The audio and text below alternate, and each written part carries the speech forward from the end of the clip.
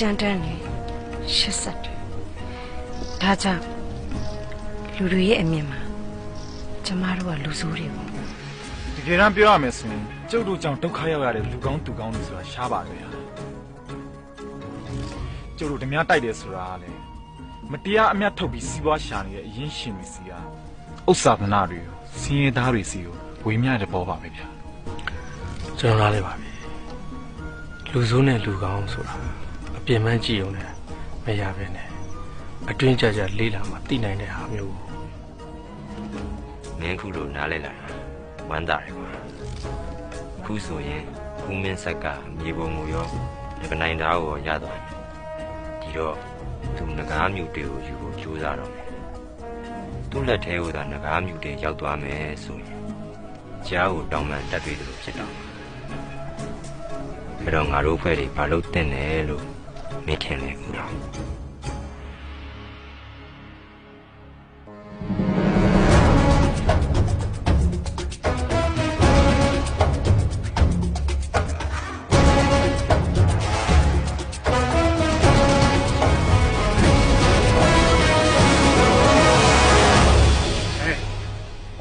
ရှိရကူပဲဘယ်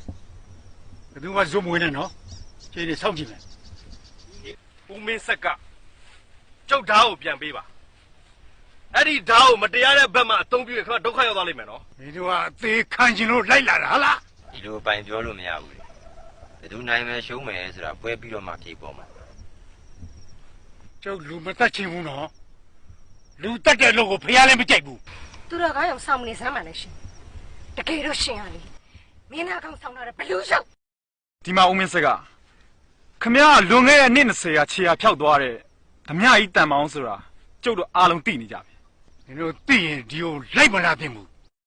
ခုလိုသိတော့လေအားလုံးရှင်းပြရတာပေါ့ကွာခင်ဗျားလက်ထဲမှာငကနိုင်သားရှိနေုံနဲ့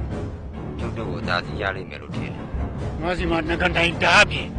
အခြားလျှို့ဝဲလက်နဲ့ရှိရဆိုတာမင်းတို့မသိကြသေးဘူးဘာလျှို့ဝဲလက်နဲ့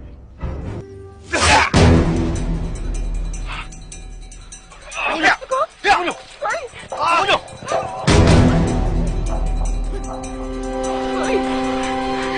哇，人家把人打的，被俺熬断了。这话说了，没有破的没要给啊，那路的，没有破的啊你嘛，那是叫来的不当不叫，那对差不差事情啊。